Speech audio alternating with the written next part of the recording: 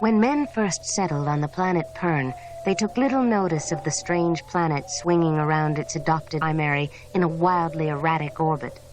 For 2 generations, the colonists gave the bright red star little thought. Then one day, the path of the wanderer brought it into alignment with Pern, and without the interference of the other planets in its path, the red star dropped silver threads through Pern's skies, which destroyed everything they touched. The initial losses the colonists suffered staggering. As a result, during the subsequent struggle to survive and combat the menace, Pern's tenuous contact with her mother planet was broken. To control the incursions of the full threads, the more resourceful men embarked on a long-term plan. The first phase involved breeding a highly specialized variety of fire lizard, a life form indigenous to their new world.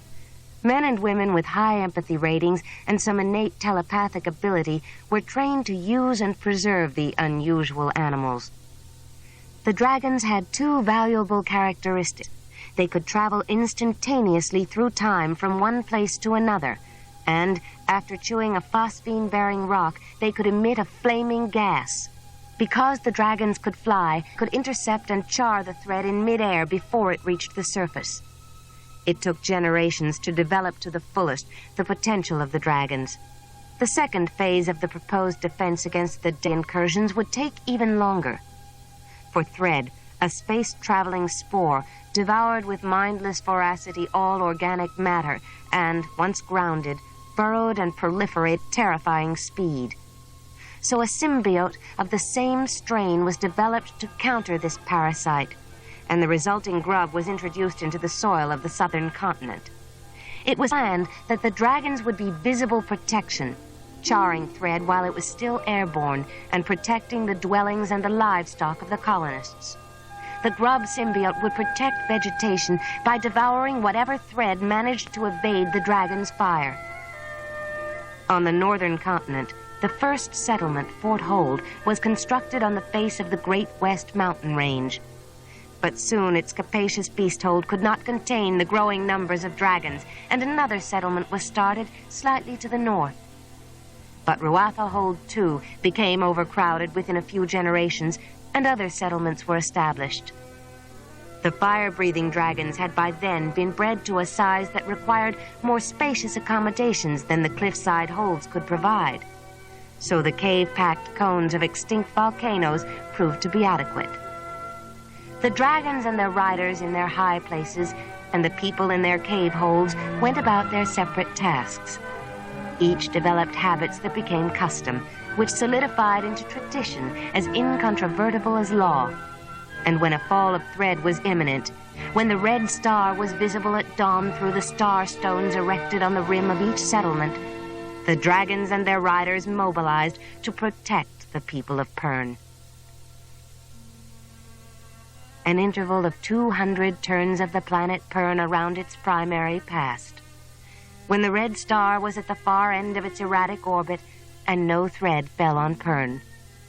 The inhabitants erased the signs of thread depredation, grew crops, and replanted orchards.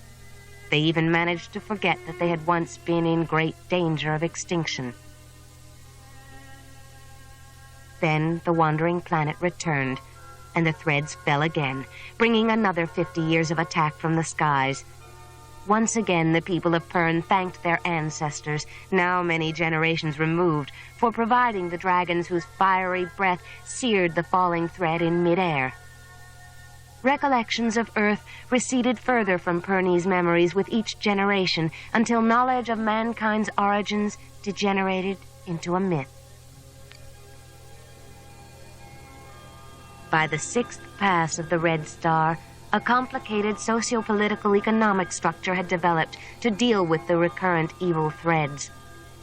Men with special skills in metalworking, weaving, animal husbandry, farming, fishing, and mining formed craft halls in each large hold and looked to one master craft hall where the precepts of the craft were taught, preserved, and guarded from one generation to another.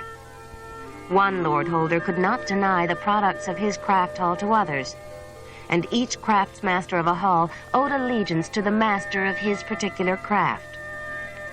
certain rights and privileges accrued to different leaders of holds and masters of crafts, and naturally to the dragon riders, whom all of Pern looked to for protection during the thread falls. It was within the weirs, the settlements of dragons and riders, that the needs of the dragons took priority over all other considerations. Of the dragons, the gold and green were female, the bronze, brown, and blue, male. Of the female dragons, only the golden were fertile. The greens were rendered sterile by the chewing of firestone. The price of fertility was inconvenience, and riders of queen dragons carried flamethrowers to char thread. The blue males were sturdier than their smaller sisters, while the browns and bronzes had the staying power for long, arduous battles against thread.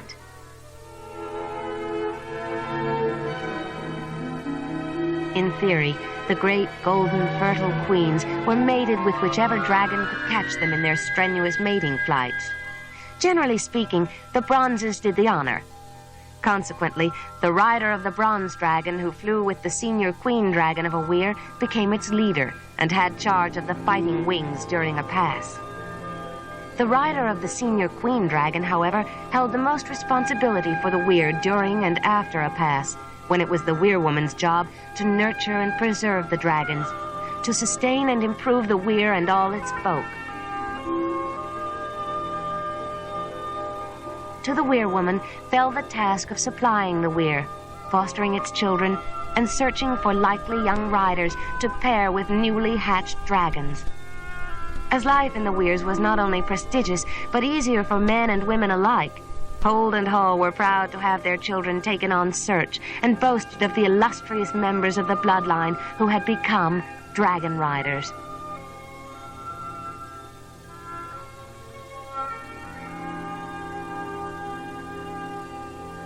We begin our story toward the end of the 6th pass of the Red Star, some 1,400 turns after men first came to Pern.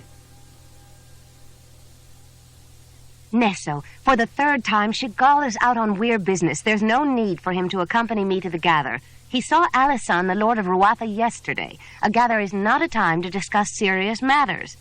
To go unescorted? How will it look? Is it not also Lord Alisan's duty? I must bathe, Nesso, or I'll be unpardonably late at Ruatha. I know you've arranged a good meal for those who remain. Clon's comfortable now that his fever has broken. Just leave him alone. Nesso, the head woman at Fort Weyr, could dredge up endless complaints against Chagall, Moreta's weir mate. So Moreta rose quickly, seeking to end a conversation she hadn't wanted. Away with you now, Nesso. You've enough to do, and I'm longing to be cleaned. Moreta accompanied her words with a smile as she gave Nesso a gentle shove toward the exit from her sleeping room.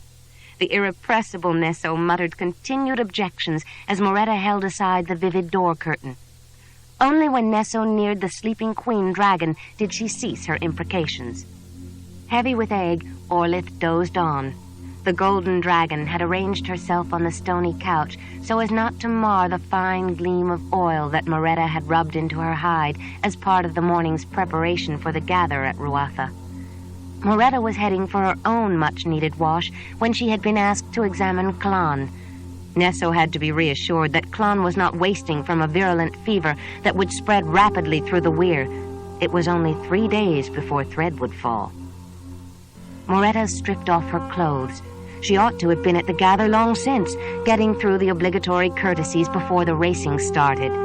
It was time to wake Orlith. She concentrated on telepathically relaying her gentle summons. Orlith, rouse yourself, my golden beauty. We'll be leaving soon for Ruatha's gather day. Is it still sunny at Ruatha? It should be. Orlith, don't roll too much now. I know. Mustn't lose my shine. I will keep clean until we reach Ruatha. Then I'll sun. When I get hot, I'll swim in Ruatha Lake. Would that be wise, so close to clutching, my dear? Ruatha Lake is cold as between. Nothing is colder than between. Moreta slipped into the dress, smoothing it over her rather too broad shoulders. over breasts firm rather than large, a waist that was trim, and buttocks flat from hours of riding astride. She flicked her fingers through her hair to make the short crops settle into natural waves. Moreta wished that her weir-mate Chagall had chosen to come with her. She wasn't acquainted with Lord Alisson, the new Lord of Ruatha. She had a vague recollection that he was the leggy young man with the light green eyes that were an odd contrast to his dark complexion and shaggy black hair. He had always stood most correctly behind his father, Lord Leaf. The old Lord Holder had been stern, if just, the sort of man the Weyr and Pern needed to command a prosperous hold. None of the many sons that the old Lord Leaf had bred had known which would be named his successor. Lord Leaf had kept the whole tangle of them in hand, preventing discord. Despite Threadfall and other dangers, Lord Leaf had contrived to build several new holds into the sides of Ruatha's steep valleys to accommodate the worthiest of his sons and their families. Lord Leaf had planned ahead for the end of the pass, as well as for an orderly succession. However, Chagall, among other dragon riders, had become concerned over the creeping expansion of the hold populations.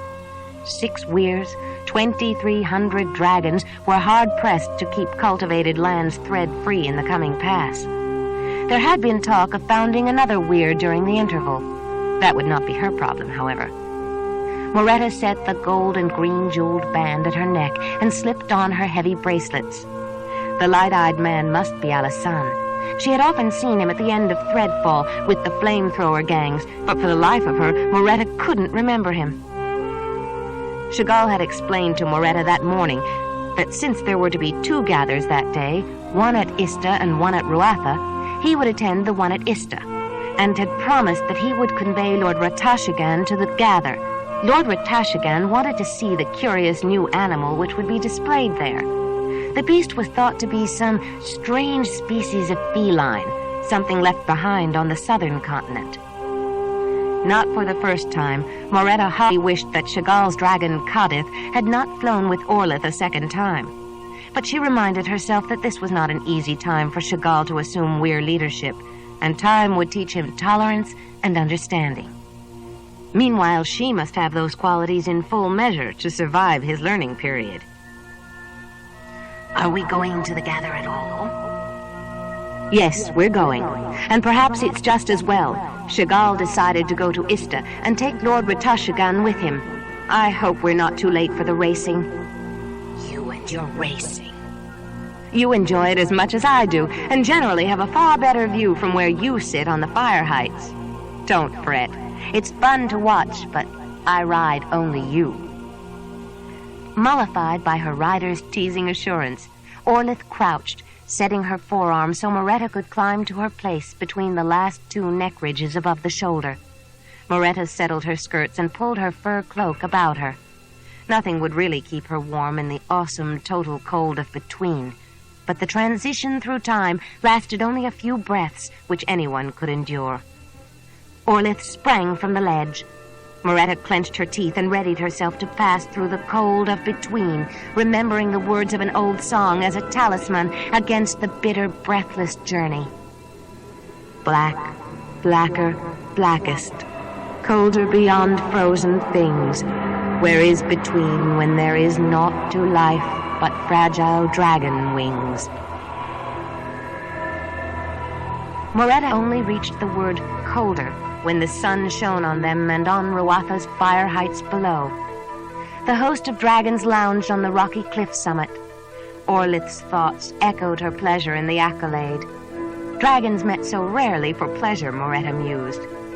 As the queen glided down, Moreta recognized some of the dragons from other weirs by the scar patterns on their bodies and wings. The entire gather had ceased its activity to watch Orlith's landing.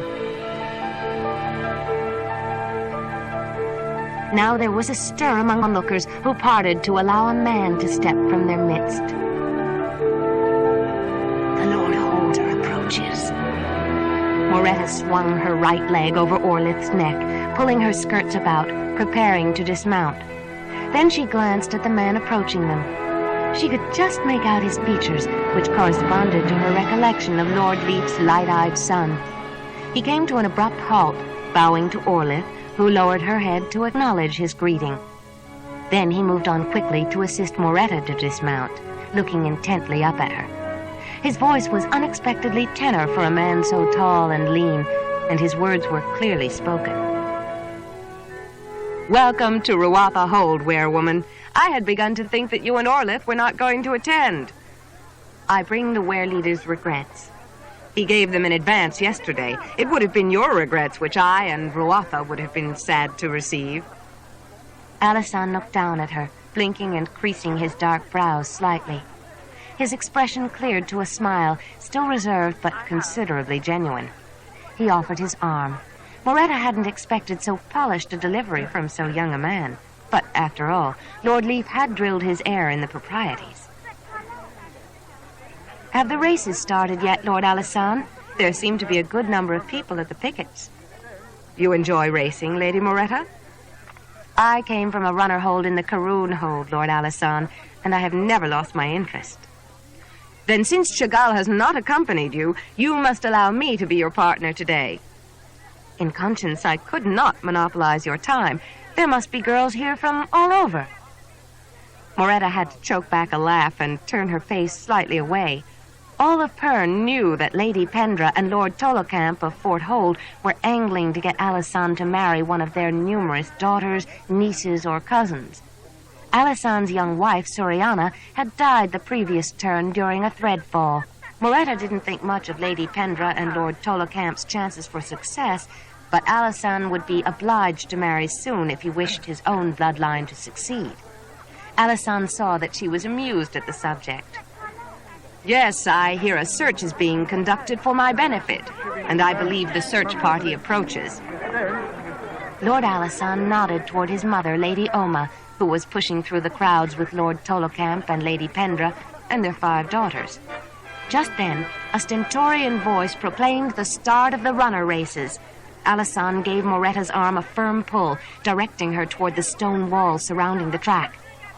How would you feel about foregoing our places at the forecourt? Give me a leg up, would you?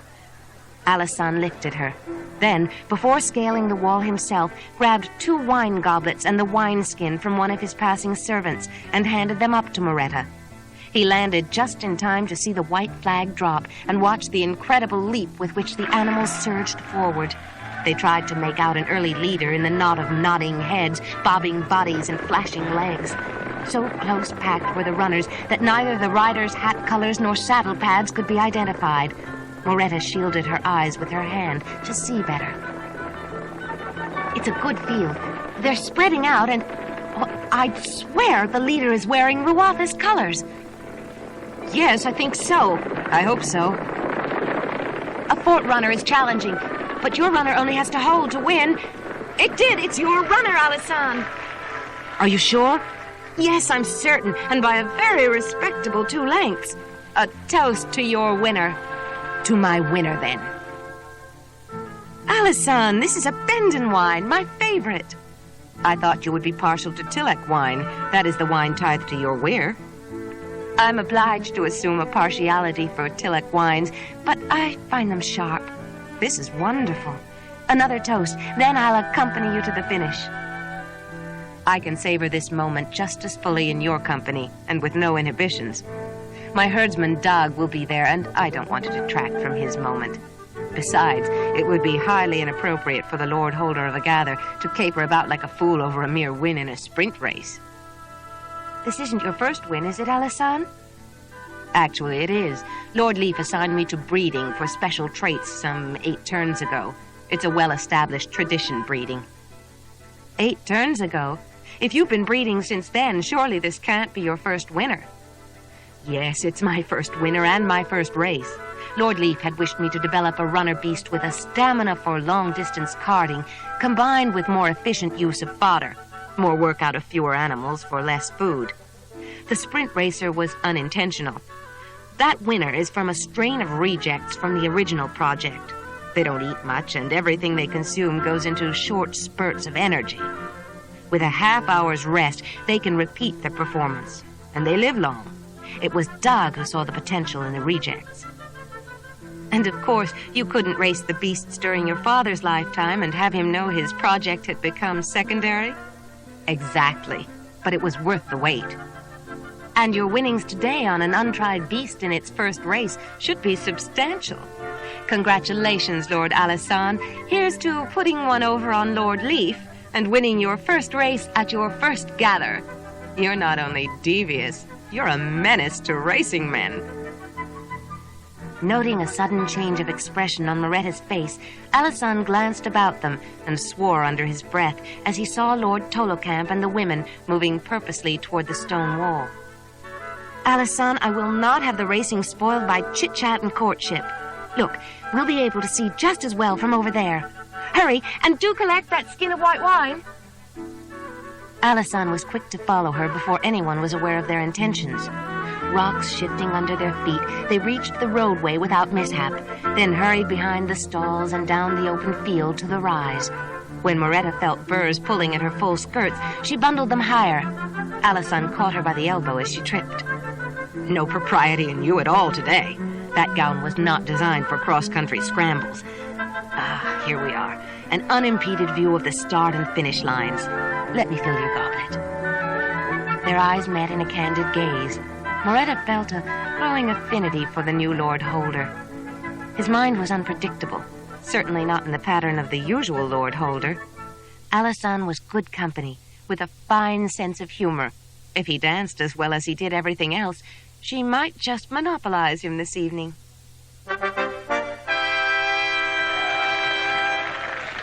The flag for the next race diverted their attention. The field had already begun to stretch out when suddenly an animal in the middle of the pack fell, tripping two others. Moreta could never watch a bad tangle without apprehension. She was holding her breath as she silently urged each animal to its feet. Two rose, one groggily shaking its head, the second running on down the field riderless. The third made no effort to rise. Moreta picked up her skirts and began to run toward the fallen runner. She contacted her dragon. Orlith, what's wrong? Why doesn't it get up? Did it break a leg? It cannot breathe. Its lungs are full of liquid. Moreta knelt at the animal's head, noticing the distressed flare of the nostrils, the bloody discharge. She felt for the pulse in its throat, weak and far too erratic for an animal that had only run a few dragon lengths before falling. Around her, men were shouting that the runner beast should be assisted to its feet. Several positioned themselves to heave. Moreta stood and waved them off imperiously. It was too late. The onlookers then realized, as she did, that the animal was dying. It gave one final sigh, almost apologetic, and the head rolled to the side. Alisson took the arm of the shaken rider, Heli. Moreta stepped to the man's other side, leading him through the pathway courteously made by the crowd. Heli was obviously in shock. Moreta held her wine goblet up to Alisson, who quickly unslung the wineskin and poured a full cup. Moreta gave it to Heli. The racer drank the contents in one gulp. The stocky man staggered as he realized who was helping him. While trying to hold a pad of wet toweling to his forehead, he also attempted to bow to Alisson and Moreta, and then staggered again. Two Ruathan riders rushed to offer their assistance. Moreta was still trying to remember what possible respiratory illness could have resulted in such a swift death of the runner beast. It was not common knowledge outside the weirs that she and Orlith worked together in healing. Moreta, how did you know what ailed that runner? I would have said the animal was only stunned by the fall and would have gotten to its feet. My family has always raised runners. Do you think that the runner dropped dead because of an illness? It has crossed my mind, but it's highly unlikely. The rider said it wanted to race. A sick runner would not. It could have been the heart. Could we have a look at the other runners? Alisson nodded and took Moreta's arm, guiding her to the right. He had just indicated the proper direction when a short man with a heavy chest, well-developed arms, and the thin shanks of a rider approached them. It was Dag. He gave them a stiffly correct bow. Dag, well done, well done. A fine race. Perfect. You are to be congratulated on training a reject and a winner. Few people could contrive so cleverly against Lord Leaf." Alison laughed, but Dog's expression was one of shock, betrayal, and consternation. He attempted to speak, but only stammered. Alison attempted to reassure him by giving him a friendly slap on the shoulder. "Dog, Lady Moreta's runner-hold bred. She approves of our scheme. I want her to have a look at Squealer."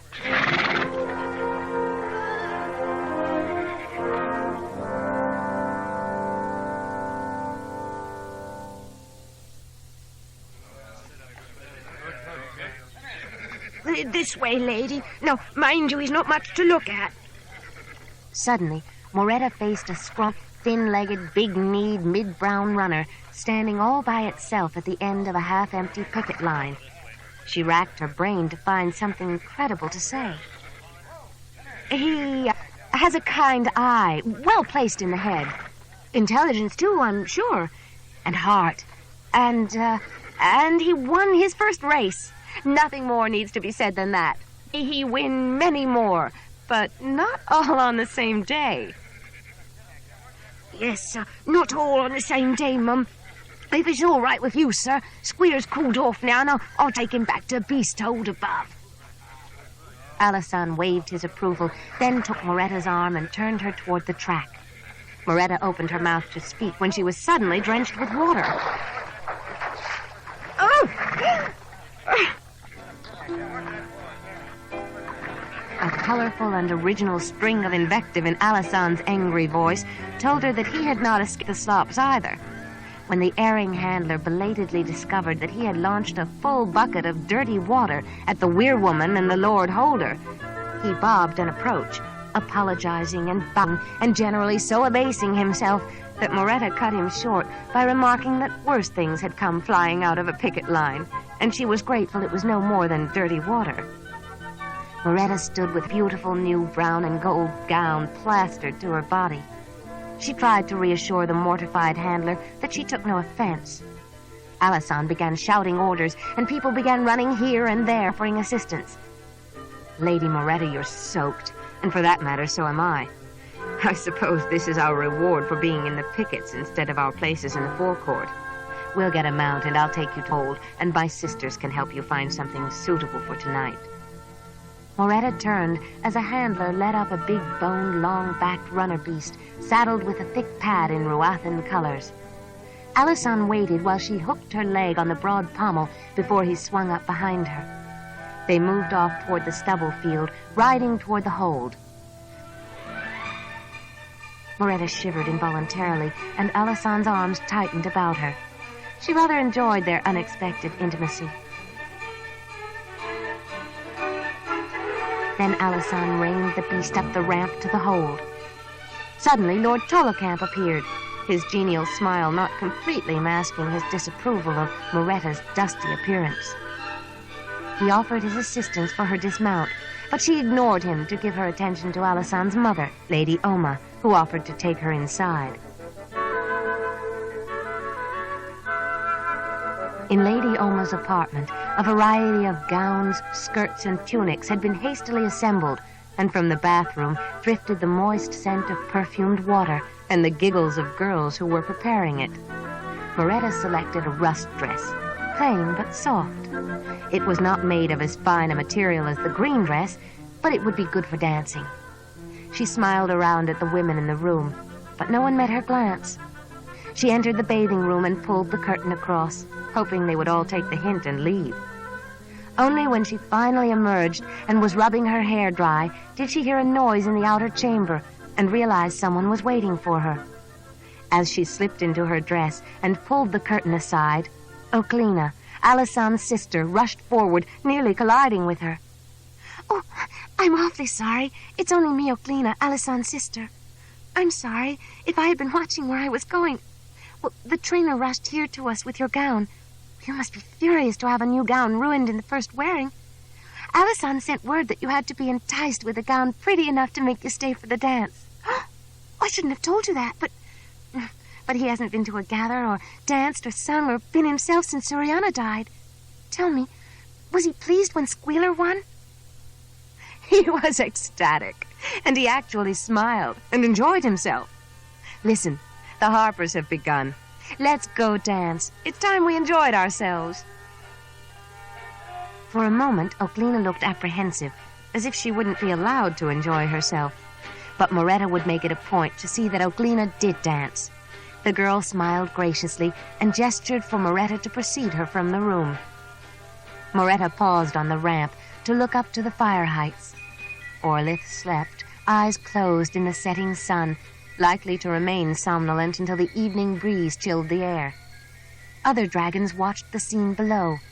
Oklina looked up in delighted fear. Moreta, they are such awesome creatures. Were you terribly scared when Orlith chose you? Yes, very much so. The search reached my father's hold the very day of impression. I was scooped up and taken to Ista in a scurry, told to change, and then shoved onto the hatching ground before I knew exactly what was happening. Orlith forgave me for being late.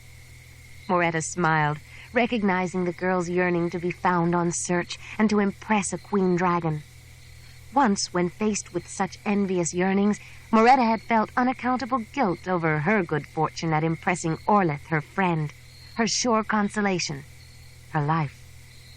That reaction had gradually been replaced by the knowledge of the great gap between wish, fulfillment, and acceptance. So Moreta could smile kindly at Oklina while her mind reached out to her sleeping dragon.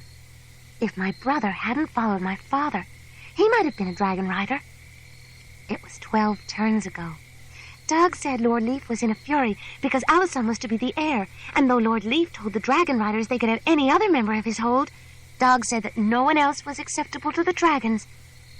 Moreta, how do dragons know? Search dragons know. Each weir has dragons who sense the potential in youngsters.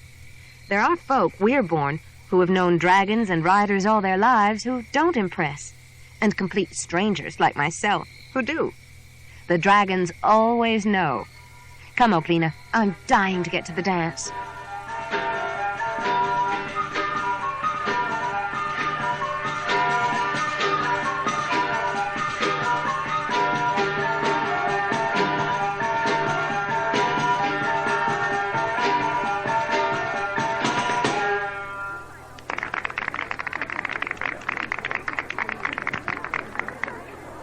To Moreta, of all the gathers she'd ever attended, the Ruathan gather at that moment evoked best what gathers should be. Folk from weir, hold, and craft assembled to eat, drink, dance, and enjoy one another's company. The glow baskets on their standards cast patches of golden light on the crowded tables, on the dancers, on the clusters of people standing about talking, and on the circles of men near the wine barrels. The darting figures of children wove in and out of the light patches, and occasionally their laughter and shouts cut across the music and the stamping of the dancers. Moreta and Oklina had reached the edge of the onlookers, who parted while respectfully murmuring greetings as the two moved closer to the dance square. Having guided Moreta to the head table, opposite the harper's platform, Oklina might have left. But Moreta took the girl by the hand, and when Alison rose to his feet, gesturing for Moreta to sit beside him, she pulled Oklina down too, ignoring the girl's protest. There's room enough, isn't there, Alison? Oklina has been so good about waiting for me. Room enough, of course. Moreta, is that the best gown that could be supplied you? This suits me very well, much better for dancing than mine, though I had many to choose from. Then come, honor me with a dance, weyrwoman. Moreta took Alison's hand and allowed herself to be spun onto the square, finding the beat of the measure and stepping out into the pattern with a strong man's body against hers and firm hands guiding her.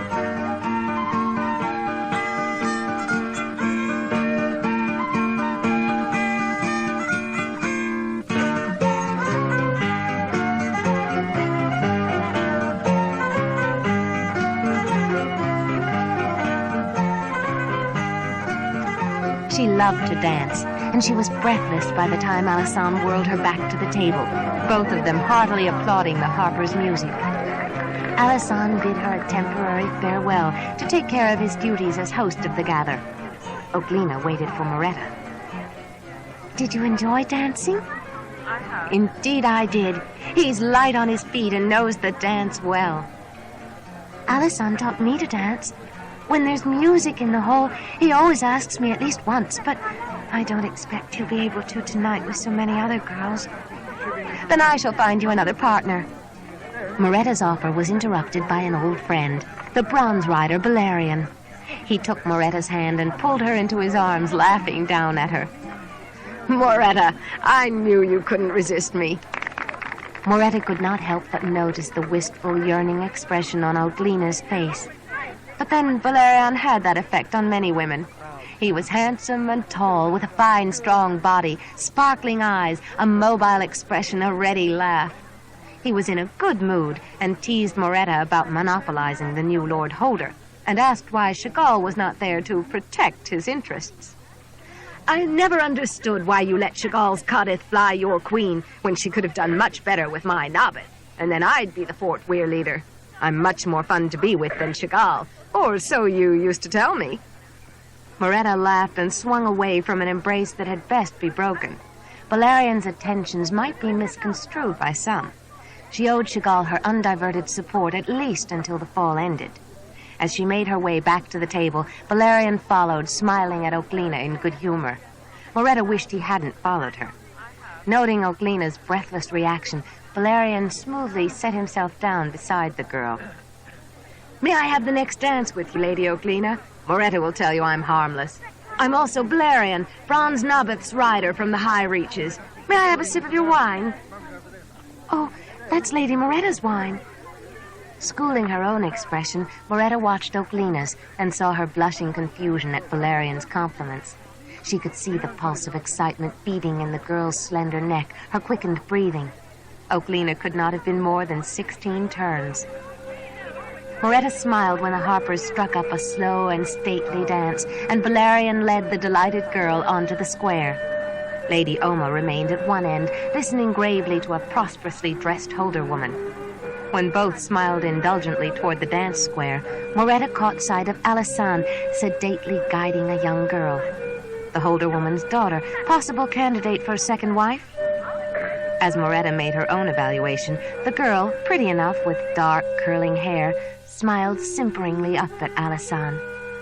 Such an innocent would never attract Alison. Now that as Lord Holder, he could have his choice from any hold or hall on the continent. Then Moreta noticed a Fort Weyr bronze rider, a man she knew had planned to attend the gather at Ista. He was not smiling. Is the Ista gather over so soon? No, not exactly. Once they had taken the strange sick feline away, there was no racing. People weren't in a festive mood. There's illness in Aegon, Caroon, and Telgar. Master Healer Capian was also about, but I didn't see him. Moving on after exchanging pleasantries, Moreta thought the rider's comments to be a bit strange. But maybe the wine was making her a trifle lightheaded. She was aware of a belly rumbling, and she'd best get to the food before the dance ended and the tables became crowded again. She detoured to acquire a full platter of spiced roast and other tempting morsels. Just as she was making her way to the head table, she saw Lord Tolocamp approaching and ducked behind the harper's platform. She upended one of the pack saddles to make an informal seat and was quite delighted with her solitude and escaping. She ate eagerly, licking her fingers. Someone stumbled around the corner of the platform, and Moreta, balancing her plate and cursing the interruption, slipped into a deeper shadow. Was it Tolocamp? No, Alison. Moreta, I thought I saw you slip away to elude Tolocamp. I come with food and drink. Am I intruding? Not if you happen to bring any more of that Bendon wine. I've a full skin here, and I've done my duties as Lord Holder, and will now resume the responsibilities of being your escort. They ate in companionable silence, for Alison was as hungry as Moreta. Suddenly, the harpers struck up another tune, one of the sprightlier dances, requiring the lighter partner to be lifted, twirled, and caught. Moreta recognized the challenge gleaming in Alison's eyes. Only the young and fit usually attempted the toss dance's acrobatics. She laughed. She was no timid adolescent, no decorous hold woman. She was the fighting fit rider of a queen dragon, and she could outdance any man. In addition, Orlith was encouraging her. Deserting the remains of her food and her wine, she caught Alysanne by the hand and pulled him after her toward the dancing square.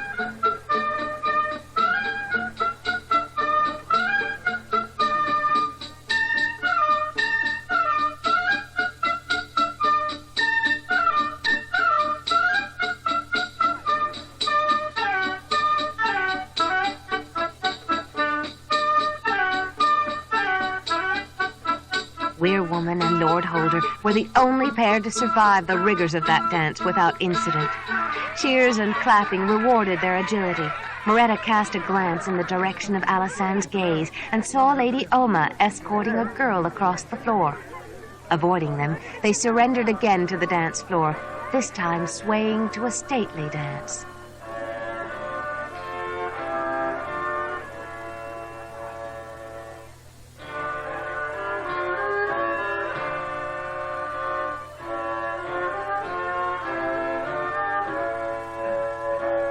You're thinking of another man, Moreta. A boy I knew. In Karun. We were supposed to be apprenticed to the same master healer. His name is Talpan. I have been thinking of him today, although I haven't seen him in 20 turns, since I was taken to Ista and infest Orlith. Talpan continued in the craft. And now you both ride and heal dragons? So dance, Moreta of Karun. The moons are up and we can dance all night.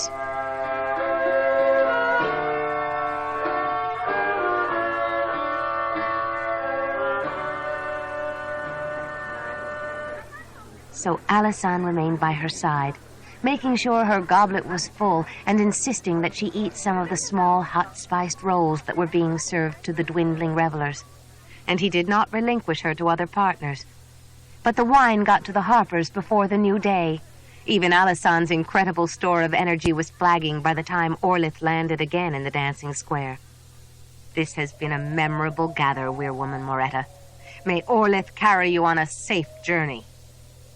He gave her a final wave and then moved slowly through the disarray of fallen benches and tables toward the deserted roadway where most of the stalls were being dismantled. Moreta was returning in a breathless instant to Fort Weyr, with her eyes heavy and her body limp with a pleasant, if thorough fatigue. It took an effort to think of the pattern of Fort Weyr's star stones. She looked back, Ruatha receding, the darkness punctuated by the last few surviving glows.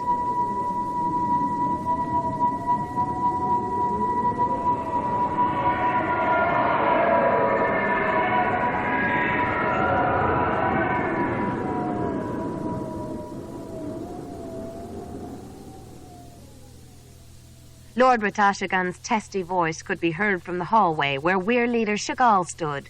Chagall had transported Master Healer Capiam as planned from the Istagather to the southern hold at the urgent request of Lord Ratashagan. An illness seemed to be spreading through Ratashagan's domain. Capiam, what is your diagnosis of these malingerers? 2 have died already. Don't you know what killed them? No, I don't. And I don't know what ails the others. The symptoms, fever, headache, lack of appetite, dry, hacking cough, are unusually severe and do not respond to any of the commonly effective treatments. But I do know this, Ratashagan. The deaths are but the beginning. An epidemic is loose on Pern. An epidemic? What are you saying? I'm saying that I fear Karun's healer, Talpan, was right. The feline brought to the gather at Ista was spreading disease until Talpan ordered it killed. 40 are now dead at Seahold, where the animal was brought in, and more dead along the course the animal traveled. I cannot estimate how many hundreds of people have been infected by the merest contact with those so contagious. This virus is as deadly to us as a thread pass. As Master Healer, I order you to announce that a quarantine exists. No one is to come or go from the holds. There is to be no travel anywhere, no congregating. You must isolate the sick. No time is to be wasted. Chagall, please transport me to my weir. I must get to work.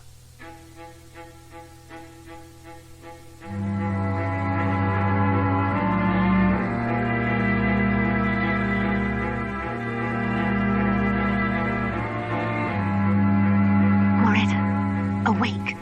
A sickness is all over Pern. Men are dying and nothing can be done. Runners are dying too. No one must leave the weir. Chagall's eyes were wide with a genuine fear, and Moreta, waking after 2 hours of sleep, stared at him in surprise for a moment. Thread falls tomorrow, Chagall. The Dragonriders must leave the weir.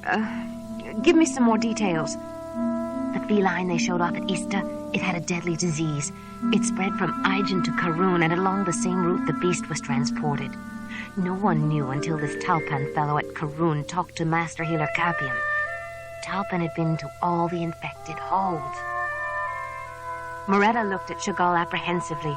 His hair was damp, pressed in a wet ridge about his forehead by his riding helmet. His lips were slightly blue and his skin very pale. Chagall, put this cloak around you so you won't get a chill. Now tell me, what are the symptoms of the disease? Capiam said fever, followed by a headache and dry cough. He said those who hadn't touched the feline directly might not get sick. I've been trying to find Kalan. Capiam thinks his illness may have been the result of his transporting the animal. We heard Kalan has recovered, and Capiam wants us to know how he was treated. I'm tired, Moreta. I was up half the night transporting Capiam. So since you're up, make sure everyone in the weir knows about this. No one is to leave or to come into the weir. Transmit my orders straight away and try to find Klon. Get a message to Capiam. Moreta left immediately, making her first stop to talk to Larry, the eldest of the female dragon riders, and someone whose opinion and help Moreta sought whenever there was a crisis. Larry kept the weir's records and often browsed through the older records kept by the ancients. But she had never read anything regarding an epidemic on Pern. Larry, there's an epidemic spreading on Pern. That strange feline on display at Ista has something to do with it. Yes, it's very strange. I've never read anything about such an illness, but maybe I haven't read far enough back. I can't believe that Capiam has not identified it and named a treatment. I don't like this at all. Bring me more records, the ones starting with the last pass.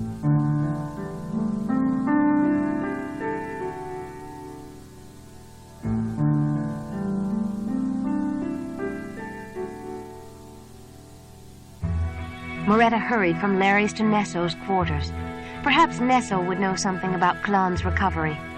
Moreta was afraid to tell Capiam what she had treated Kalan with until she checked with Nesso to see if she had given him additional treatments. Ah, Nesso, there you are, about already. I need your help.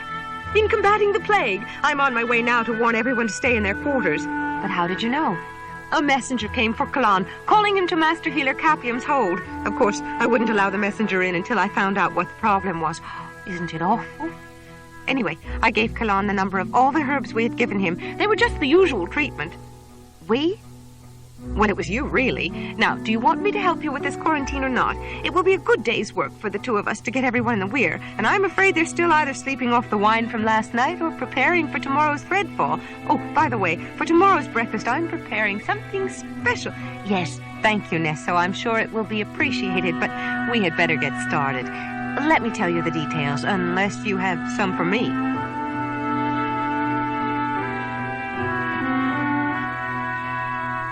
By the time Moreta reached her sleeping quarters at sundown, she was exhausted.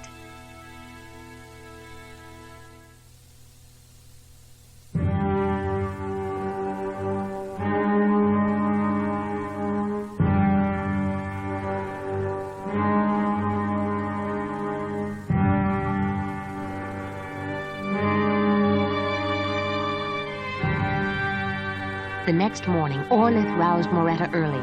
The sweep rider had already gone out to survey the fall. Chagall was awake and dressing. He and his dragon, Cuddith, were well rested and restored, and after a good night's sleep, Moreta was ready to face Threadfall in a good heart. She stepped out in the brightness of a crisp, wintry day. Around the weir, on the ledges or on the ground, riders were harnessing dragons, arranging firestone sacks on dragons' necks. Others daubed oil on recent scars and examined rough patches on hide or wing membranes. Wing leaders and wing seconds were busy overseeing the preparations. Weirlings ducked around riders and dragons on errands. The atmosphere was busy. The bustle had the right tone to it, Moreta decided as she made her way to the far side of the weir. The activity was routine, familiar, almost comforting when she considered the probability that elsewhere on Pern, men and beasts might be dying of the plague. That is not a good thought.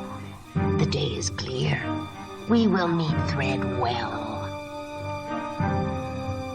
In a burst of affection and love for her partner and friend, Moreta flung her arms about the triangular muzzle, squeezing as tightly as she could, knowing that her strongest embrace would be as nothing to the husky beast. Orlith rumbled, and Moreta could feel the loving vibration. Reluctantly, she released Orlith. Briskly, then, she turned to the harness hanging on its wall pegs. As she arranged the straps, she ran the leather through her knowing hands. Finding all was well with the leather, Moreta then examined Orlith's wings, despite the Queen's growing impatience to be up on the Starstone height, overseeing the final preparations. Next, Moreta checked the gauge on the fire tank, made sure the nozzle head was clean, and strapped on. Moreta fastened her helmet, hitched back the cumbersome flamethrower, and mounted Orlith. With a mighty heave, Orlith launched skyward. Moreta was a little worried about the Queen flying so egg-heavy. To allay Moreta's anxiety, Orlith executed a very deft turn and landed with precision near Chagall and his dragon Cuddith. Cuddith was a good-sized beast, a deep, rich shade of bronze with green undertones. He was not the largest bronze in Fort Weyr, but in his mating flights with Orlith, he had proved the most agile, daring, and energetic. Cuddith looked at Orlith and affectionately stroked his head on her neck. Orlith accepted the caress demurely, turning her head to touch muzzles. Then Chagall signaled the blue, green, brown, and bronze riders to feed their dragon's firestone. Cuddith turned his molten eyes on Orlith. Orlith was Queen of the Weir, a senior queen, the most powerful dragon in the Weir. And since Fort Weyr was the first and biggest weir on the planet, she and Moreta were the preeminent partners. But when Thread fell, the weir leader was in command, and Orlith and Moreta had to obey Cuddith and Chagall. Suddenly, the farthest wing launched into the sky, high and straight. The second level wing moved out, then the third. Once all had achieved their assigned heights, the three wings went into between.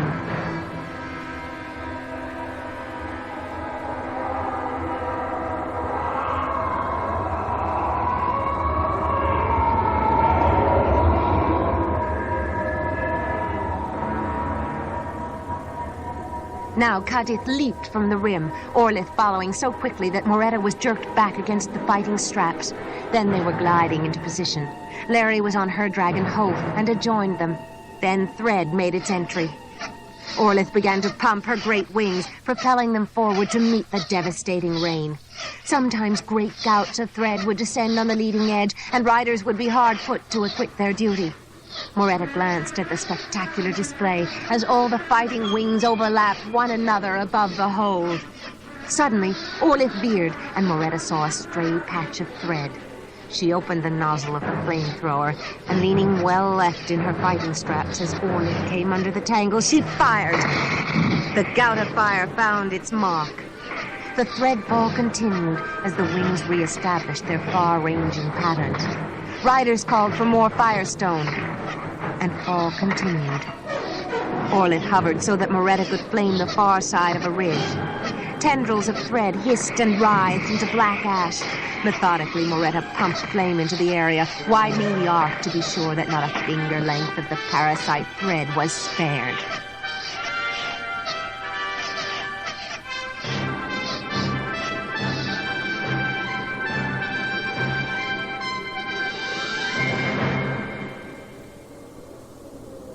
Then fall stopped, and Orlith spoke to Moreta's mind. It is over. I will return us to the weir. The day has been long. You must rest.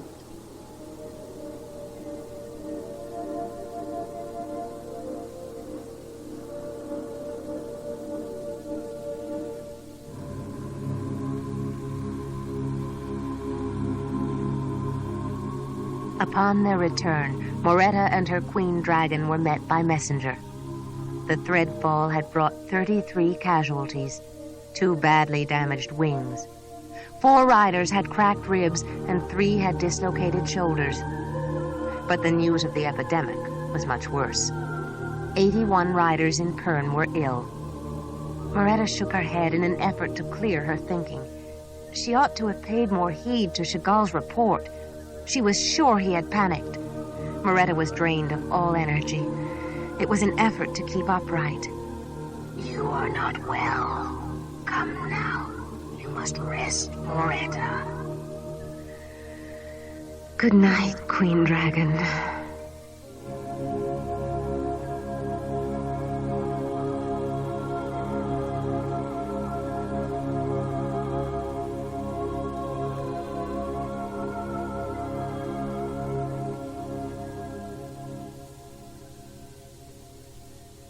Three days passed.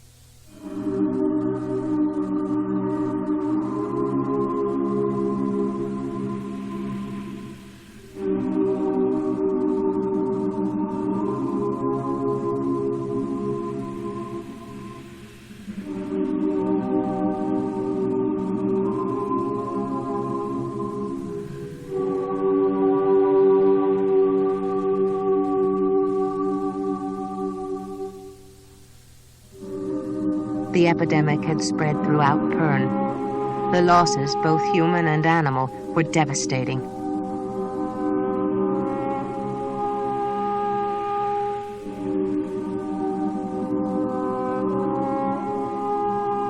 And thread continued to fall.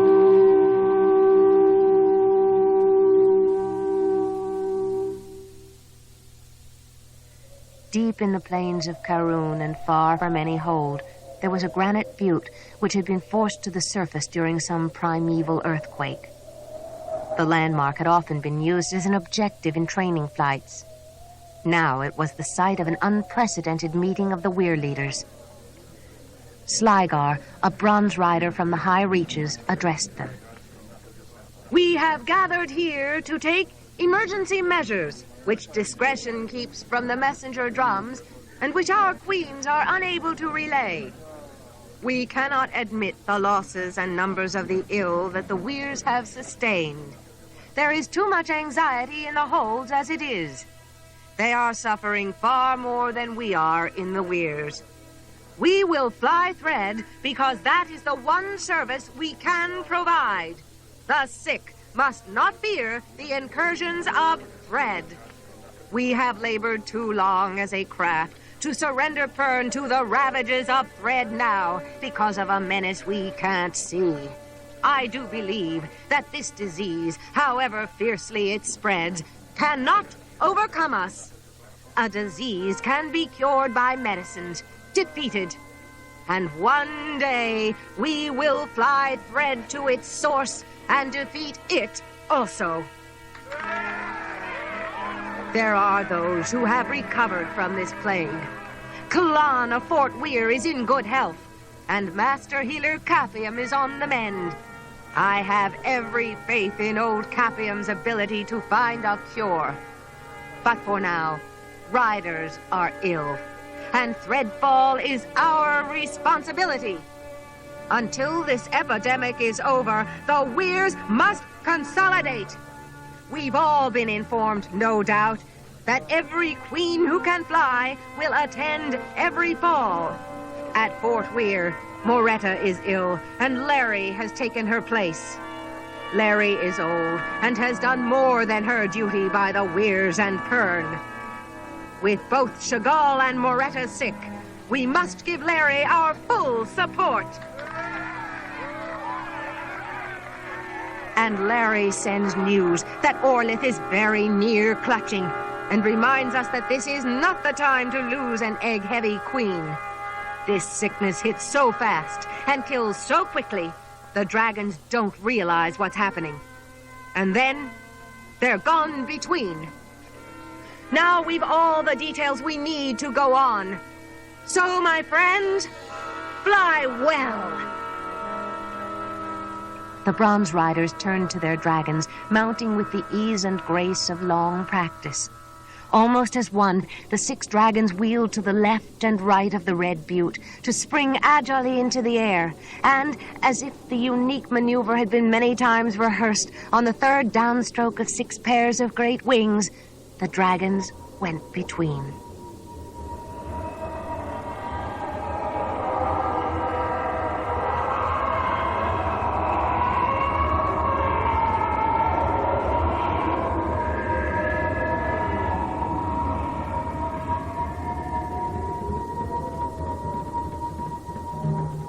At about the time the bronze dragon riders were meeting at the butte, Capium had discovered that if he timed a fit of coughing, he could miss some of the incoming, more painful messages from the drums outside.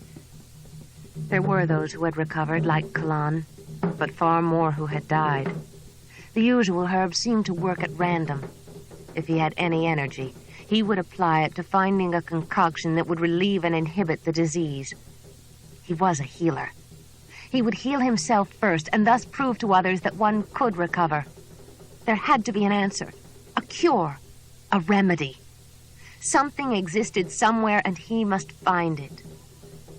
The image of the strange feline now seared in Capium's memory. It had paced restlessly and vividly through his fever dreams and his restless nightmares. He would never forget its snarling face, the white and black whiskers that sprung from its thick muzzle, the brown stains on its tusks, the dark brown medallions of its markings that were so fancifully ringed with black and set off in the tawny, shining coat. He could remember its fierce defiance even then, when he'd first seen it. Yes, he had seen it. But unlike hundreds of other people who had, he would live to tell about it. A sense of loss had been growing inside him all morning. The planet was losing knowledge as well as life. It was impossible to recover everything the ancients knew from their records because so much was not recorded. The transfer of information and its interpretation had only been verbal in all too many instances. The drums were active again. But this time, the message was good news. Threadfall had been met again, and the skies would be clear for the remainder of the day. Capium thought of the dragons and dragon riders. To fight Thread was in their blood. Blood? It's in their blood. The thought jolted a vagrant memory into recall. He could almost hear the creaky old voice of old Master Healer Gallardy giving a lecture. Something to do with blood. Curative properties of blood. Blood what? Then suddenly Capium knew. Blood serum. Blood serum was the remedy for contagious or virulent disease. Immunizing. And the deterrent was in his blood right now because he was a survivor. He called for his assistant. Desdra? Desdra, come quickly. Master Capium, lie back down. Are you all right? Yes, woman, I'm fine. And I'm quite sure I'm no longer contagious. In fact, I believe I'm the cure. Get me my notes, will you? The oldest ones I have, the ones from school. There, the ones on the top shelf. Stay in bed, Capium. I haven't nursed you for 3 days to lose you now. You are yet thin and weak and you need to stay in bed. But I will hand you your notes. Just calm down. Yes, in a minute. Here, this is what I was looking for. A lecture from Gallardy about unusual techniques. In the event of an outbreak of a communicable disease, the use of a serum prepared from the blood of a recovered victim of the same disease has proved efficacious. Where the populace is healthy, an injection of the blood serum prevents the disease. Administered to a sufferer, the blood serum mitigates the virulence. Desdra, we have it! A cure! Have the drums call for Clan and find anyone else who has recovered. This will be an enormous task. We must inoculate thousands of dragon riders, the lords of holders, master craftsmen, healers, everyone. And we must have plenty of reed and needlethorn to get the blood. Master Capium, we have very little needlethorn. It is in very short supply since it is so seldom used and this is not its season. Certainly there is not enough on the planet for a project of this immensity. Trust me, we will find a way. Now go!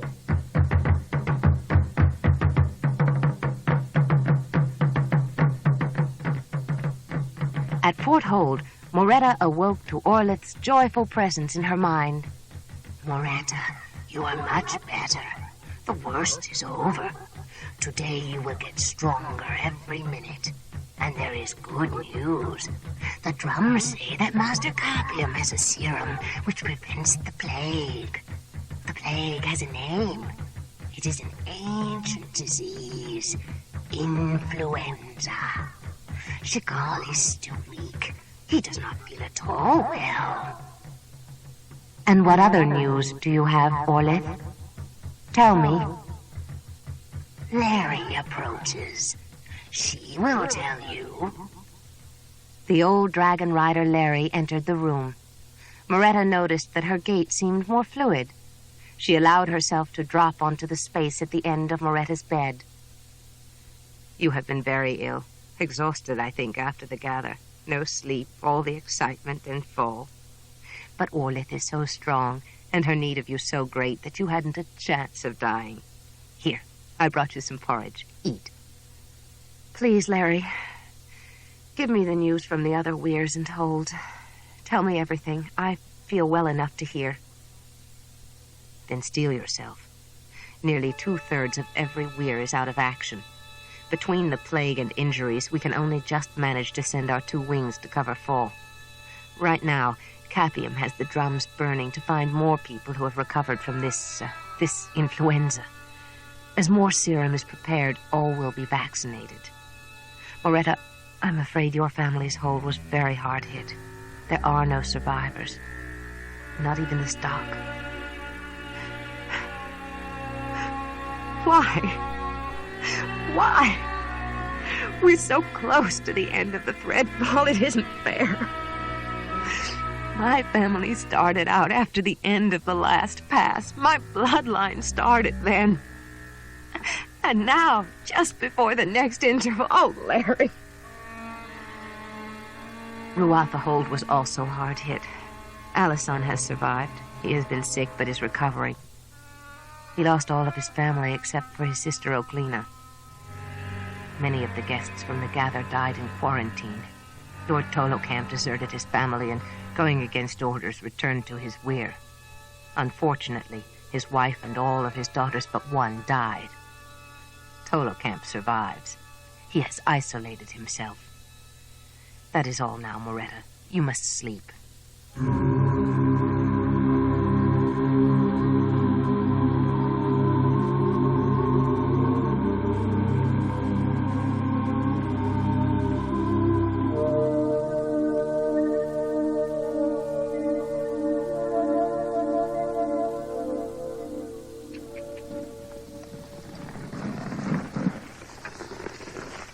Alisson had to stop. Sweat was beaded on his forehead. It ran down his cheeks and chin.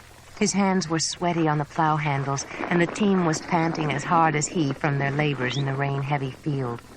Ignoring the sting of the blisters he had acquired in the last 2 days, he dried his hands finger by finger on the grimy rag attached to his belt. Then Ruatha Hold's Lord Holder rubbed the sweat from his face and neck, took a swallow from the flask of water, picked up the reins, slapped the rumps of his reluctant team, and managed to grab the handles of the unwieldy plow before the runners had pulled it out of the furrow. Another day, and he was sure they'd forget they'd ever been trained to race. The land had to be tilled, crops sown, the tithe offered, the Hold fed, no matter how the Lord Holder managed to accomplish those responsibilities. He came to the edge of the field and wrestled the team into the wide arc, turning back on the furrows. They were uneven, but the earth had been turned. He looked briefly out at the other fields of the Hold proper to check on the other teams. He also had a view of the northern road and the mounted man approaching along it. He was certain that the man was a harper. Harpers had taken on the duty of relaying messages during the epidemic. Besides, who else would be brave enough to venture to Ruatha? The harper, Tuero, approached.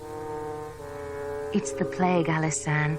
People have heard that it was at its worst here in Ruatha, and until Master Capiam has sent the vaccine around to everyone, they won't come here. And even then, they won't bring animals because so many died here.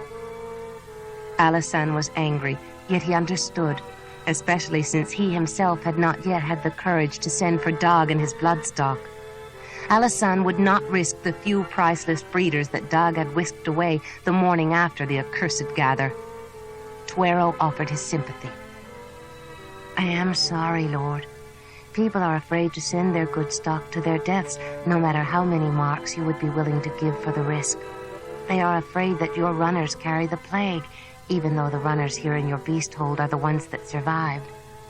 Lord Alisan, I was thinking, sir, wouldn't serum from recovered runners protect beasts the way it protects people? Could it not be used with them the same way Master Healer Capiam is using it with us? If that notion is valid, you've got a field full of cures. What do you think? Tuero, I wish I had thought of it myself. Come on. How could I have been so dense? Of course the serum should work on animals. And I know who can tell us how. Moreta of Fort Weyr. She will know if we can vaccinate healers.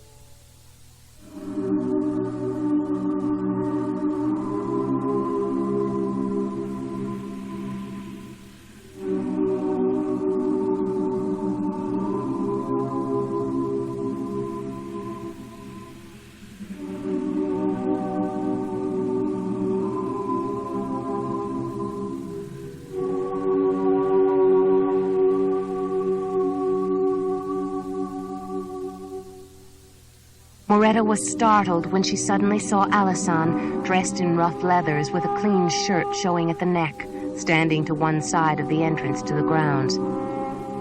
She rose, one hand raised in unconscious protest against the change in the Lord Holder. Too vividly, she recalled the assured, handsome, buoyant young man who had greeted her at Ruatha's gather only 8 days before.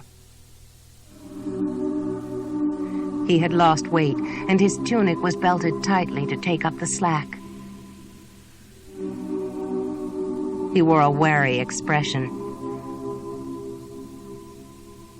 Moreta, I apologize for disturbing you during your queen's clutching. However, the matter is urgent. Tuero and I wondered if a vaccine could be made from the blood of runner beasts to protect them from the plague. Of course it can. Runner blood would produce the same serum by the same method used by Capiam. More blood can be drawn from runners, of course, and the vaccine should be administered in proportion to body weight. And would you have any spare needle thorns? You may have whatever we have, but you must know that needle thorns are in short supply everywhere. I will accept your generous offer. Moreta, I have something for you in return. I brought your gown. Oklina has worked hard to make it like new.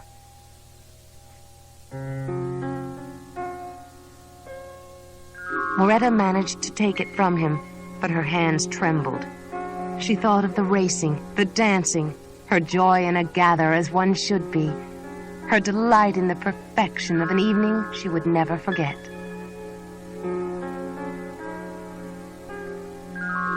As Orlith crooned supportively, Moreta was taken into Alisan's embrace, the touch of his arms fierce in their hold. The odors of sweat, of damp earth, combined to free her tears. Abruptly, she felt the heave and swell of his body as his grief found expression at last. Together, they were comforted. Alisan raised his hand and with gentle fingers smoothed the tears from her cheeks. His hands tightened, and he pulled her toward him again. Moreta tilted her head and accepted his kiss.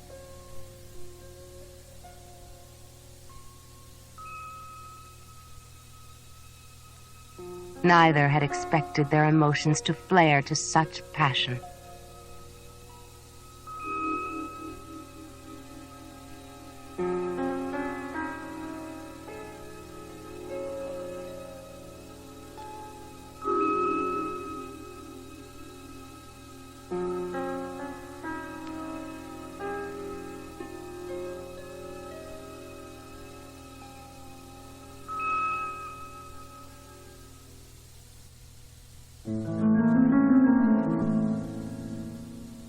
Capium sighed.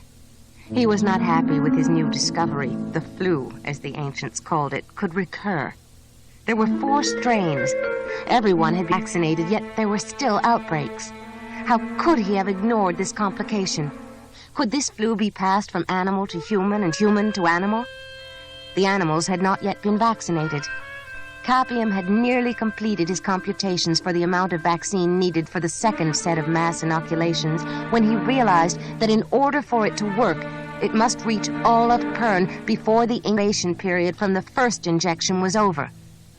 And there was more than one strain of this flu. They seemed to mutate and re-emerge.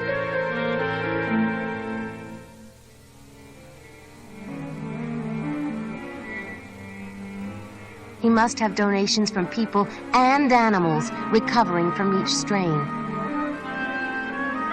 He called for the master harper Tyrone.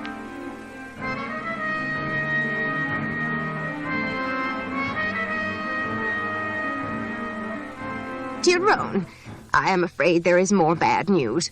The serum we have been using is limited. We must vaccinate everyone again. My hall will provide the serum, but I must call on you and the other harpers to keep everyone from panic. We cannot alarm the entire populace. We must vaccinate now within the next few days to prevent a second epidemic. Now, I have prepared a plan of action. The problem is distributing the vaccine on the appointed day. The healers must know that the vaccine is coming and be prepared. We must ask the help of the Queen Riders in getting vaccine to the distribution points. Their weir leaders must not be told of the plan. Their only concern that day will be fighting the fall. I can get all the help I need from Moreta and other weir women, but we must do it now. I will begin right away, Capium. I will organize the harpers to get word to the necessary riders and healers. Sir, before I go, I was on my way in to see you when you sent for me. One of my journeymen brought the ship's log you had wanted. The log of the wind toss, the ship that transported the feline. It appears, sir, that the feline was not found by accident floating at sea. I'm afraid it was captured by one idiot master seaman trying to stake a premature claim on the southern continent.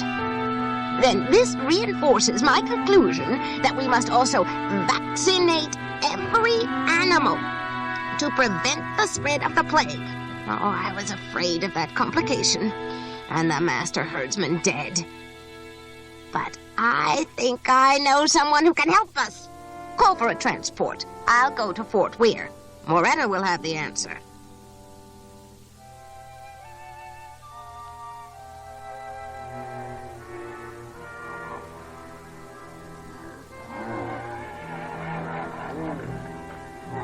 I do apologize for intruding on the hatching ground, Moreta. And to what do I owe this unexpected pleasure? An unexpected challenge.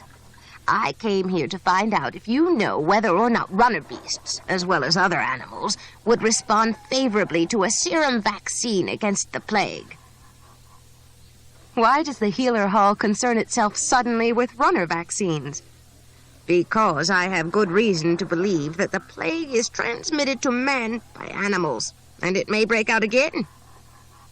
Capium, the continent couldn't survive a second epidemic. The very reason we must vaccinate both man and animal. And I need the assistance of the Dragonriders in distributing the vaccines, because they must reach all distribution points on the same day. One mass vaccination is the only way to stop this plague. I realize the tremendous effort that will be required. If we could rely on a minimum of 6 riders from each weir to cover their traditional regions, that would be sufficient. Moreta was doing some calculations of her own. The plan wouldn't work unless the riders traveled in time. She looked at Capium. Could he possibly know the secret of between? I've been doing a lot of reading in the archives, Moreta. I know about the effects of between. Don't look so surprised. After all, my craft bred the trait into the dragons. Can they really go from one time to another? Yes, Capium, but traveling in time can produce paradoxes that can be very dangerous. That's why I suggested the progressive delivery, so there is no overlapping. What must be ascertained now is whether or not Lord Alisson has successfully produced the animal vaccine. And my assistant Desdra waits for me. We will go to Ruatha. Moreta, go with them. You have always liked runner beasts. They deserve your help now. Blue Dragon Arith will transport you safely. He likes the girl. Moreta paused on that thought. The blue dragon, the search dragon Arith, likes the girl. What girl?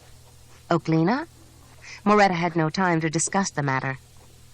Capium, I'll go with you. Orlith can do without my attendance for a short while, but I must be back later today for fall. Let's go.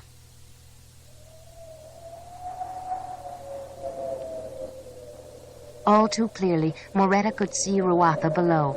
She caught her breath, closing her eyes against the sickening view of the violated racing field, the great fire circles, and the appalling burial mounds. Arith glided across the racing flats directly at the hold. Moreta requested that they land at the beast hold, where they would no doubt find Alisson. Watching the approaching dragon, Alisson recognized her and made a sudden start to meet his visitors, walking as fast as a lord's dignity would allow him.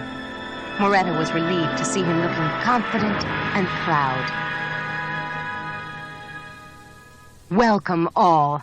I have just returned from the meadows. Moreta, Dog saved Squealer, and we have foals too.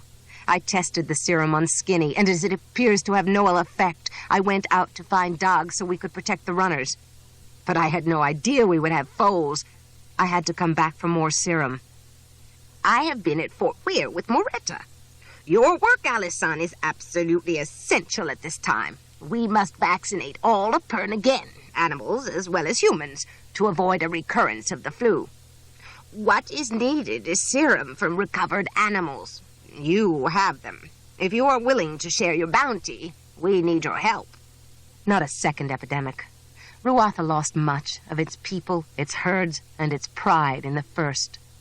Any help which Ruatha can now offer may perhaps remove the stain of our hospitality.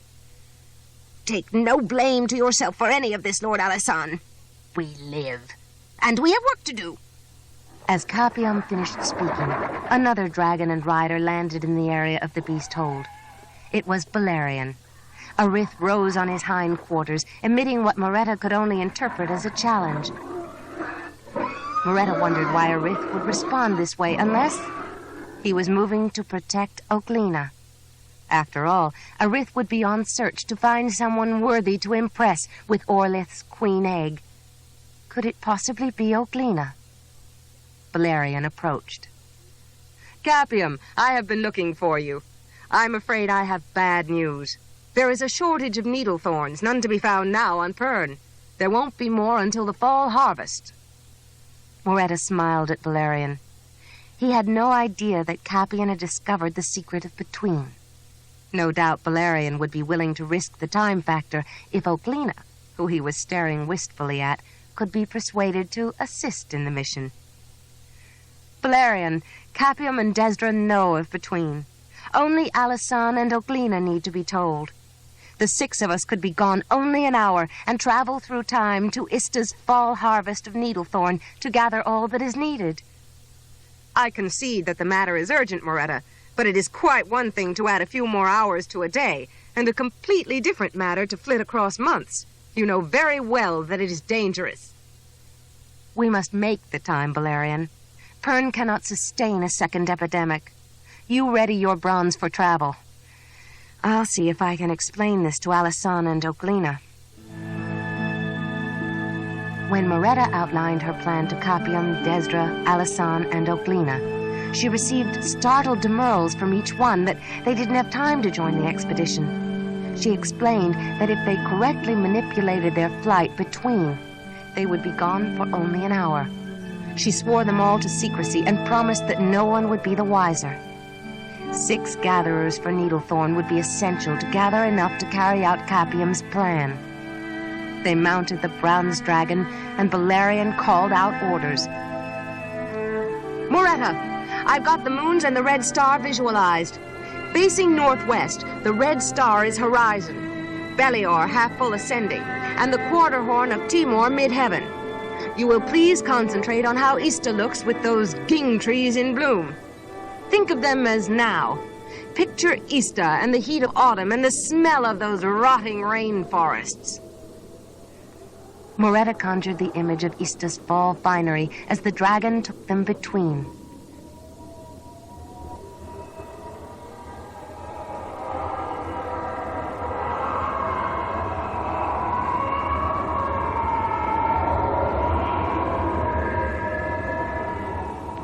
The riders' fearfulness was suddenly released when they looked down to the rocky edge of Easter and saw the slope of Needlethorn was ready for harvest. They would be able to gather all that was needed.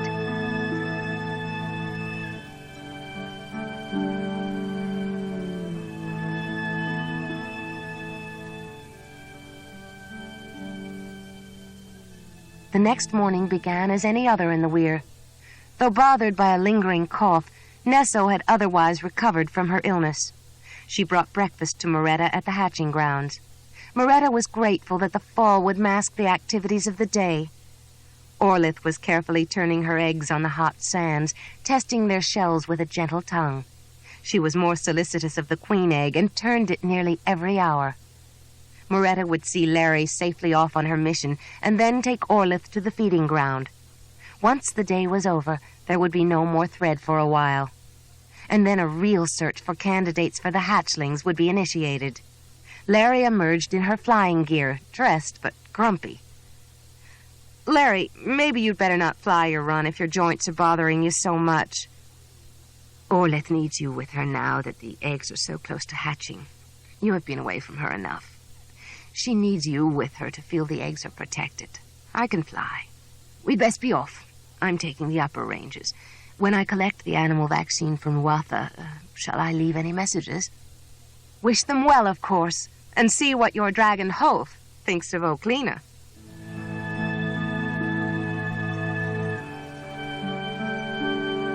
Moreta stepped back as Hoth took off, her wing strokes strong and sure. In an instant, dragon and rider were gone between.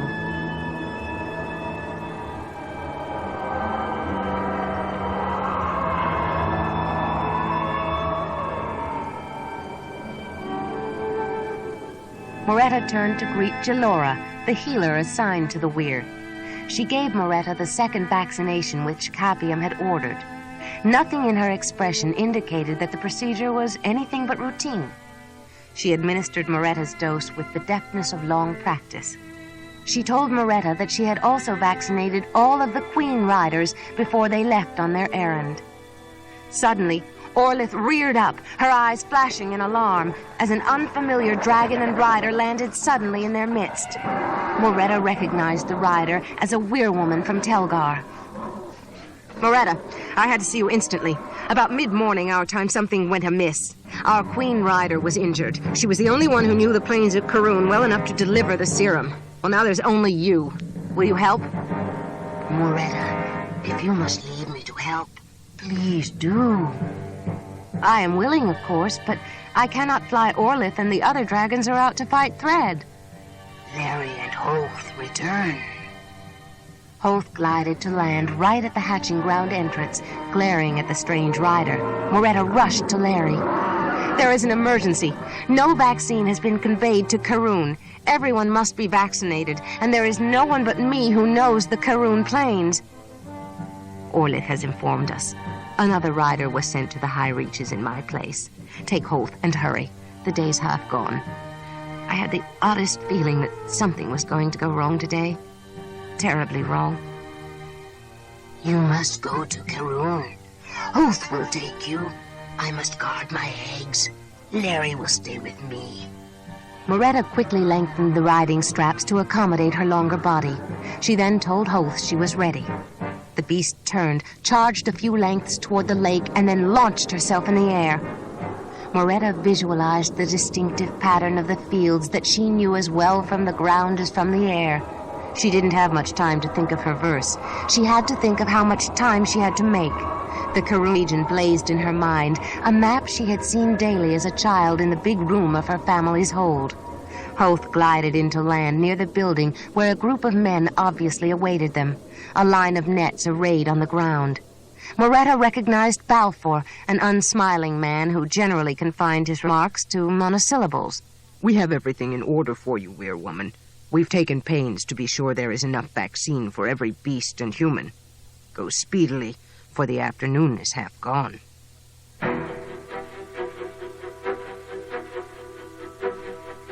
Moreta knew that Balfour exaggerated. The sun was only past its zenith. Moreta angled Holf in takeoff so they both had a good look at the sun. Then she checked the first label, Caroon River Hold. Holf jumped for sky and went between again as Moreta kept the gorge hard in her mind.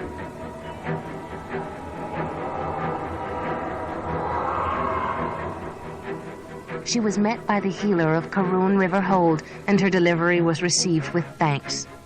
Moreta did not dally. Next, they went slightly northeast to the high plateau hold, where the runners were cleverly penned in a canyon, awaiting the vaccine.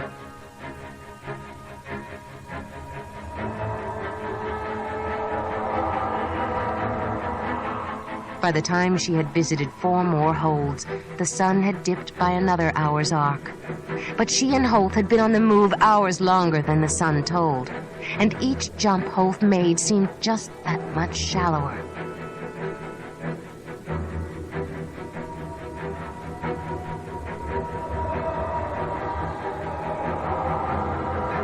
All during the last round, Moreta kept the sun at a mid-afternoon position, feeling the strain of timing it in her bones and in Holf's heaviness. Then they delivered the last of the vaccine, and the net across Holf's withers was empty at last. The last healer thanked Moreta profusely. He kept bowing to Moreta and Holf, all the while expressing his gratitude for their arrival. Moreta looked at the mid-afternoon sun over Caroon Plain and wondered with a terrible lethargy exactly what time it really was.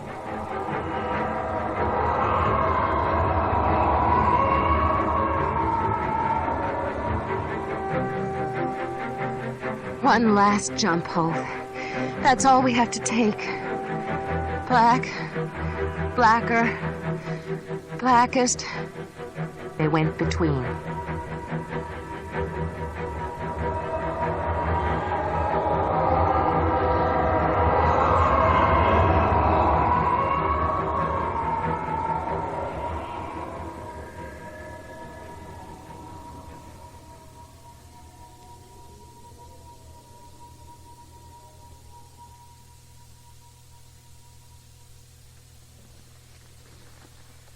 Kalan had entered the hatching ground.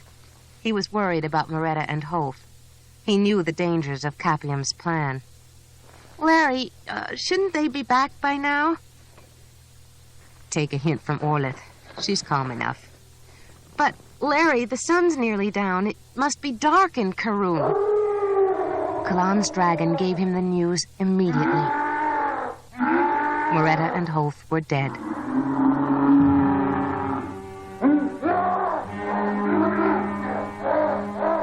Mary lay against the cushions, gasping, her mouth working, her eyes protruding. One hand was pressed to her chest, the other clawed at her throat. Kalan was so appalled at the thought of Larry expiring before his eyes that he grabbed at her shoulders and shook her violently. The action forced breath back into her lungs. With a thin wail more piteous than Orlith's shattering cries, Larry went limp in his arms, her body racked with sobs. He tried to comprehend what terrible circumstances could have robbed Orlith of Moreta and Larry of Holf. His dragon answered. They were far too tired. They ought not to have continued so long. They went between once too often to nothing. You have done right in saving Larry. Orlith needs her. Now the air was filled with the lamentations of the Weyr's dragons as they joined Orlith's dreadful keen. Sound battered the hatching ground, echoing wildly in the great stony cavern. The dragons lowered their great heads, their eyes dulled to gray, as they shared the grief of the queen dragon Orlith, who was unable to follow her rider in death, held to the grounds by the clutch of hardening eggs. Larry stroked Orlith, who was consumed with grief. Orlith, we need only stay until the eggs are ready to hatch. Then we both will join them.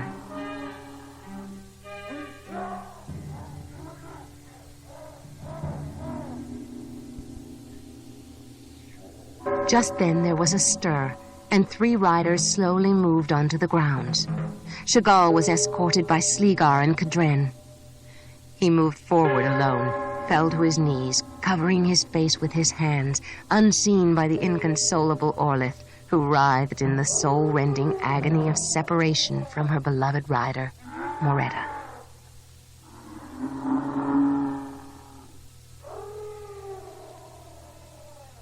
The occasion of a hatching ought to be a joyous one, Master Capium thought, without a single buoyant fiber in his body. But although the day had begun in unmeasured grief, it would end in great joy. A new beginning for 25, no, 50 lives for the young people and the dragons they impressed. The eggs caught his attention. They lay neatly spaced, the queen eggs separate on a neat mound of sand, lovingly piled to cushion and display it. He blew his nose again, looked around to see if he recognized the faces in the crowd. Alisane entered the grounds, and there was Dag. Lord Ratashagan followed, not too far behind them. Then Capium felt the vibration through his boots and looked down. It took him only a moment to realize that hatching was imminent. The dragons had begun their hum. The note managed in some inexplicable manner to be melancholy as well as expectant. It was low, the crescendo to hatching. One of the eggs began to rock, and a hush of expectancy fell over the visitors while the dragon's song became ecstatic. Chagall escorted the young candidates in their white robes. Chagall fussily motioned for the boys to walk on while he deferentially led the girls to the queen egg. Capion rapidly counted the boys. 32. Not as much choice as usual, but then they were lucky to have any at all. Capium thought Oglina looked stunning. He remembered her as so shy and diffident. She had certainly bloomed. He noticed Valerian watching her intently. He too had changed dramatically since Moreta died. There, the phrase was out, hurtful though it was. Tears stung his eyes again. The first egg continued to rock, and cracks became visible. The humming reached a new pitch of excitement, and Capium felt his breath quickening. Another egg became agitated, and a third. The hum became more than a vibration. It became a sound enveloping everyone in the hatching grounds, almost visible about the eggs. They responded by frantic rolling and pitching.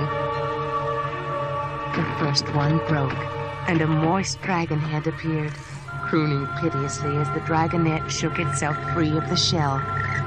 It was a bronze. For a bronze to hatch first was a good sign. Pern needed every good one it could discover. The little beast staggered directly toward a tallish boy with a shock of light brown hair. That was also a good sign. The dragonette knew whom he wanted. The boy didn't quite believe his good fortune at first. Then he no longer resisted and ran to kneel in the sand beside the little bronze and stroke his head. Capium had tears in his eyes again, but they were joyful ones. The miracle of impression had occurred and spread its remedy, dispersing sorrow. While he was blotting his face, a second dragonette, a blue, found his rider. The hum of the mature dragons had been joined by the crooning trill of hatchlings and the excited exclamations from the newly chosen riders. Suddenly, a fresh flurry signaled activity about the queen egg. After 3 good wobbles, the egg cracked nearly in half, the fragments falling away from the little queen who seemed to spring from the shards. Another excellent omen. 2 of the girls wavered in their stance, but in Capium's mind there was never any question of which girl the little queen had chosen. The old healer watched little Oglina lift her shining eyes. Without hesitation, she embraced her queen in celebration and made her announcement to the awaiting onlookers. Her name is Hanath.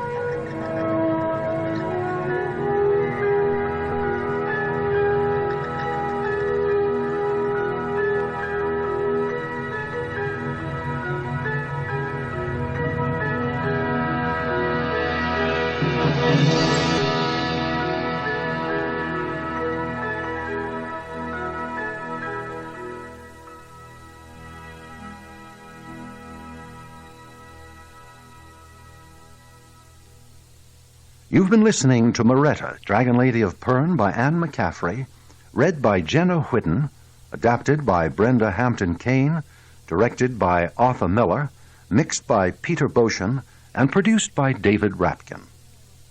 For a complete listing of our other programs, send for our free catalog. Just write to us at the address you'll find on the label of this cassette.